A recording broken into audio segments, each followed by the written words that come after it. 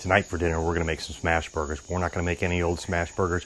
We're going to use Wagyu beef. If you're not familiar with Wagyu beef, it's one of the highest grades of beef you can get. It's prized for the additional fat marbling that's throughout the beef. It makes burgers and other products that come out of that beef extra tender and extra juicy. These should be really delicious. I'm very excited about it. We're already a big fan of the smash burgers, and I can't think of a better way to take them up a level than to use this high quality beef.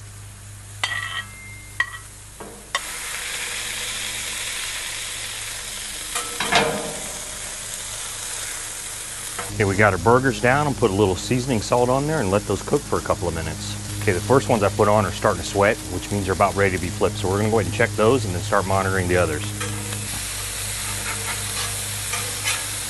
Okay, we're gonna let those ones I put on later set there just a little bit longer before we start flipping them.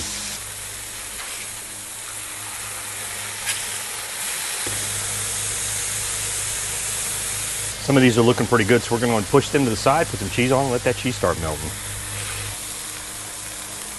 I'm only gonna put cheese on 4 of those because that's all we're gonna eat tonight. Those others will be good leftover for lunch tomorrow. Okay, our cheese is melting and getting gooey on these. We're gonna go ahead and get these on the plate.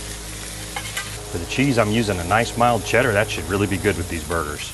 Look at that, that looks really good. Let's get in there and get those burgers assembled. So my Wagyu beef smash burger is ready to eat. Look at that, dude, doesn't that look delicious? Let's assemble that and let's take a bite. For the bread, I'm using a gluten-free ciabatta roll. Oh, that's very tender and juicy. That's very good. It's got a nice crust on it. Definitely getting the seasoned salt from it. That Wagyu has got a very nice marbling fat, so the meat is just so juicy and tender. That's really delicious. It's definitely sloppy though. I squirted a little tomato on the griddle here, so we're gonna take this inside and finish it up. Thanks for watching. Please hit the subscribe button here. Here's a link to my latest video, along with a link to what YouTube recommends.